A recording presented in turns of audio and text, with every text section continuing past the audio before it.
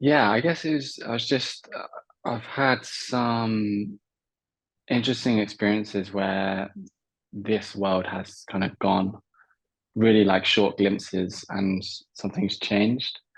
Um, and it just gives me that kind of, I don't know, I guess there's that kind of existential kind of like crisis or like, why are we all here? Like, what's the kind of point of it all? Um, and Yeah, I'm just wondering on your path when did you find out about your purpose for incarnating on this plane?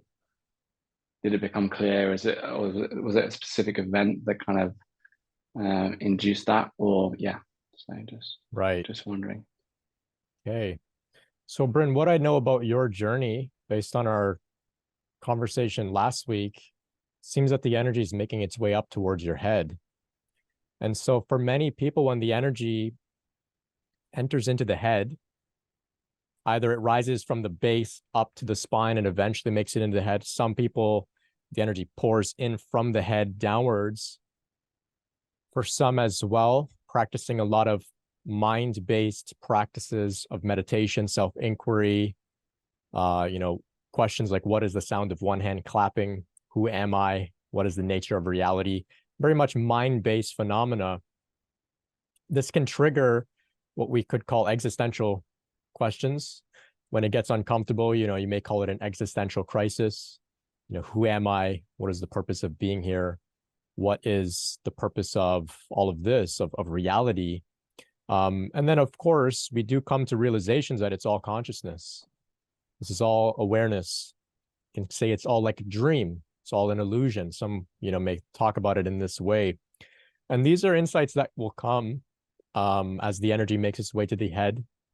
We may start to look outside at reality, and what we thought to be physical and real and tangible, we see as we see it differently. We see it as consciousness dancing, as a manifestation of consciousness. And so from here, we may have those questions, you know, well, what's the point of being here? What do I do? If it's all just spirit, you know, why did I incarnate here? And this can be pretty difficult for some.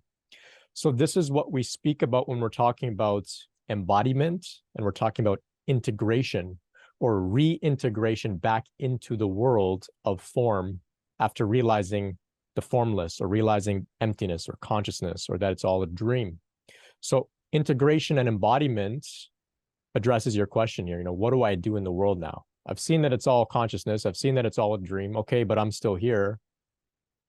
On you know, common sense may say, well, you didn't incarnate into this life to realize that it's a dream and then, you know, leave. You came here for a reason. And so from here, questions of, you know, what is my purpose now can manifest. And of course, very difficult, especially for people around our age, young people who haven't maybe not yet established a clear career path or a family. These questions can come about, you know, what do I do? And so for me, very early on, I recognized that spirituality was the only real thing that I was passionate about, the only game I could see really worth playing. And so I said, no matter what direction I move in life, spirituality will be the umbrella under which it all falls: relationships, work, career, anything. So I said, no matter what I'm doing, it will be a spiritual practice. And so, especially early on, because it's happened to me very young, I worked in restaurants, you know, I was washing dishes.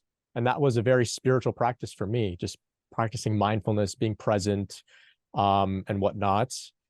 And so, what I would say in general is that it doesn't matter what you do. It doesn't have to be something super grand and spiritual in nature in terms of your purpose. It can be, you know, you could take up whatever your maybe your family's in a certain line of work and you just continue that line of work.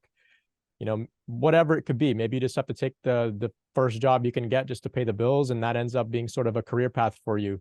Could be anything like that. But overall, our purpose here is to embody the awakening that we've had and transmit and radiate it through the nervous system here.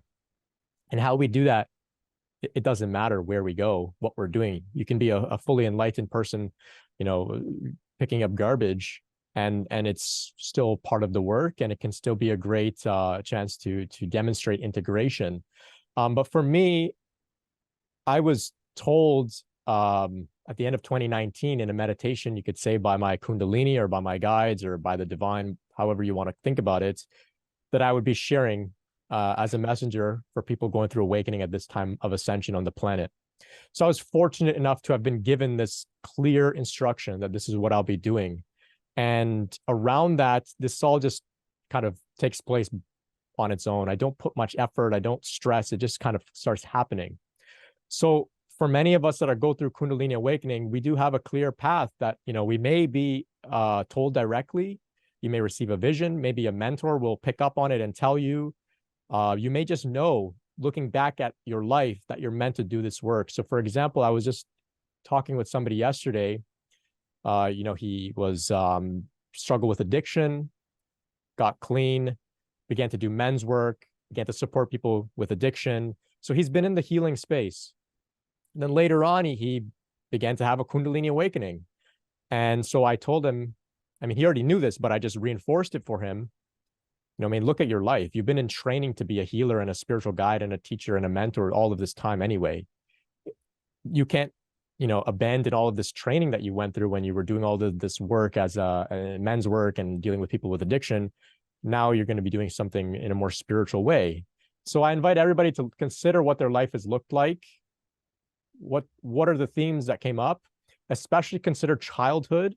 What specific interest did you have before people told you what you should be interested in or what's going to make you successful? What kind of shows up there?